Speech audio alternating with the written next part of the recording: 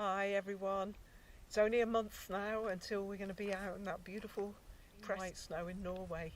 And I know everybody's keeping fit and doing a bit of stretching, a bit of flexibility. And there's just a little 2-minute, 3-minute addition to that, which to me is really important, and that's to do with balance. So in the past I've done a lot of downhill skiing, and with the downhill ski we have big boots that lock the foot down and make it quite easy with these big fat skis and these big boots to go fast downhill.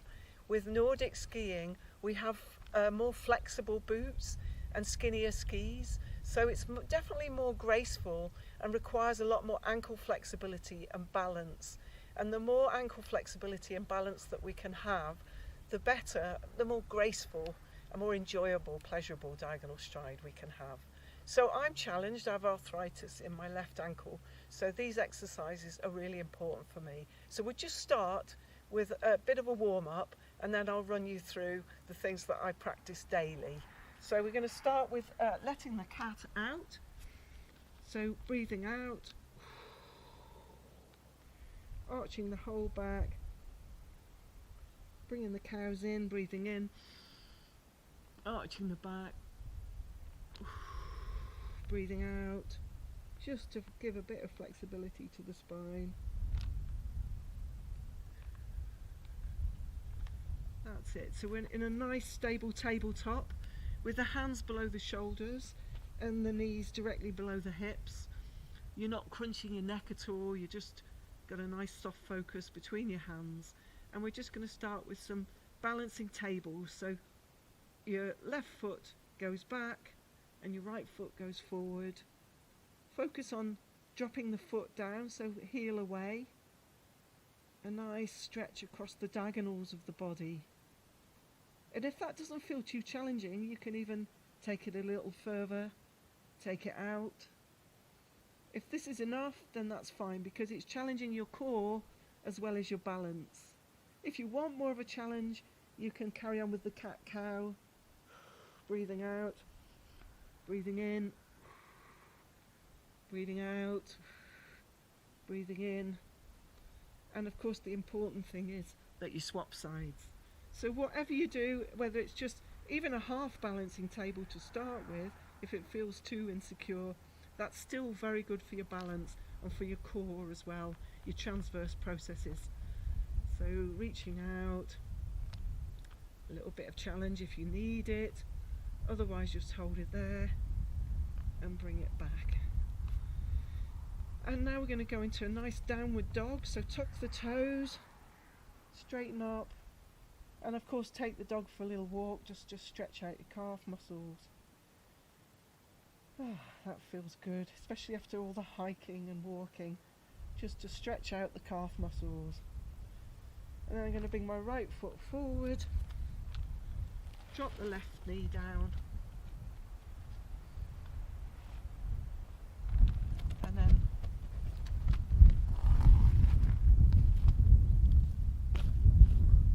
this desert wind's picking up a bit, and then place the right foot next to the left foot and just have a nice reach up. And if you feel you can hold your balance, then tilt your head up to the sky, which increases the challenge. But only challenge as far. See, I'm wobbling a little bit there, but wobbling's good because that's challenging our proprioception, reminding us that we need to wobble sometimes, it's good for us. And bring that down again. Step back into that delicious downward dog. And then bring the left foot forward. Drop the right knee. Right hand next to left foot. And reach the left hand up. And then follow with your head up to the sky. Nice twist and a nice balance.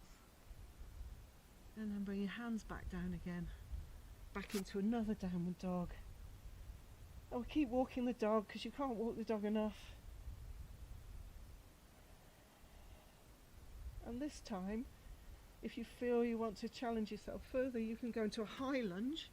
So step your right foot forward. Get yourself nicely balanced so that your knees are over your ankles. Nice flex in your back ankle. And reach your arms up.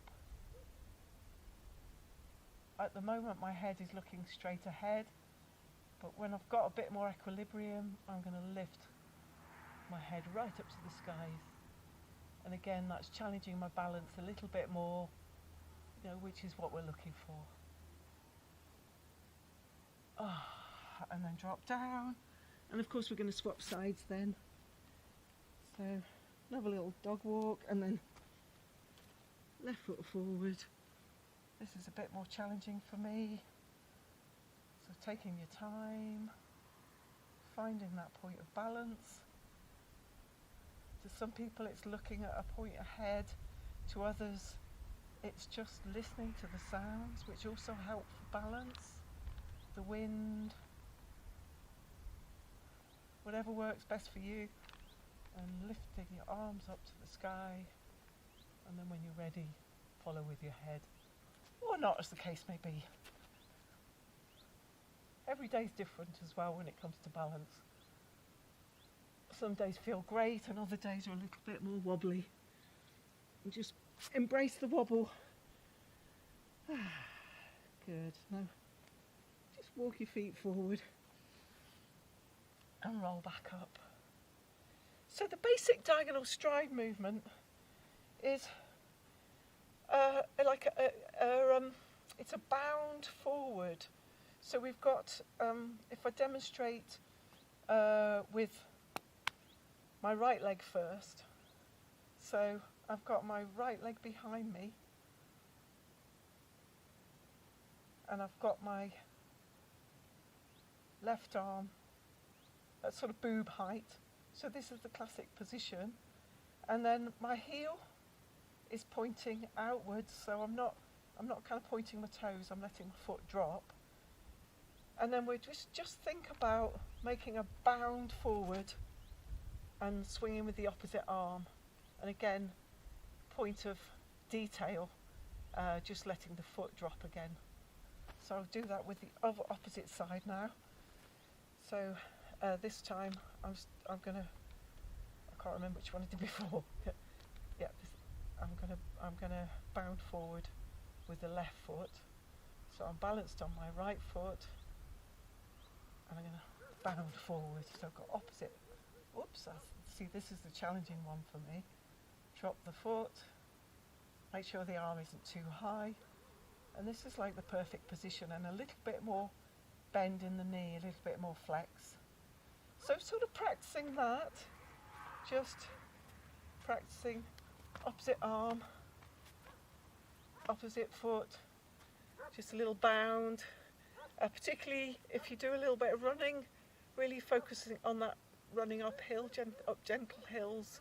Every now and then you can pause and just kind of notice whether you've got a nice flex in your foot, whether you're on the ball of your foot. But more importantly, on a day-to-day basis, this can be done washing up. So washing the dishes, left, balance on the left foot, drop the toe down, push the heel out, and just do a little bend. Woo! A little bend as you're washing the dishes, as you're doing everyday tasks. Just get used to a little bit of one-leggedness. So it doesn't have to be another chore, more exercises. It can just be something that you're doing on a day-to-day basis. So this is my stronger leg, so obviously this is much easier for me to do the flexing. But of course we want to work on both sides. It's really important to work on both sides. So don't just focus on, oh, I'm really good at this. Focus on the side that's more challenging, because that's where you're going to get the most mileage. Now I do have a little prop here. I actually got these from Decathlon. I call them Madonna's boobs. But actually a child's wobble board, a ball. At home I have a wooden block that I practice balancing on, standing on a wooden block every now and then and just practicing. But anything that wobbles is quite good. I mean, I was taught to use a slack line, but I can't really do slack lining. but I can if I've got somebody supporting me. But walking along a balance beam, obviously you're not high off the ground, just, you know, a beam on the ground will really help with your balance. But these little boobies are quite handy. So what I do is just stand on them upside down and just have a bit of a wobble, get used to them, and see if I can go into a little squat. Knees away, sending your knees away, don't let your knees pull in.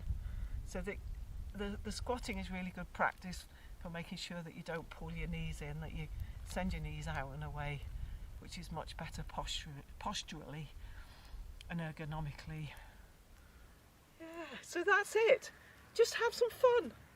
Do some wobbling, do some balancing stuff, and you know, just integrate that into everything else that you're doing that helps us to look forward to this amazing adventure that we're going to have.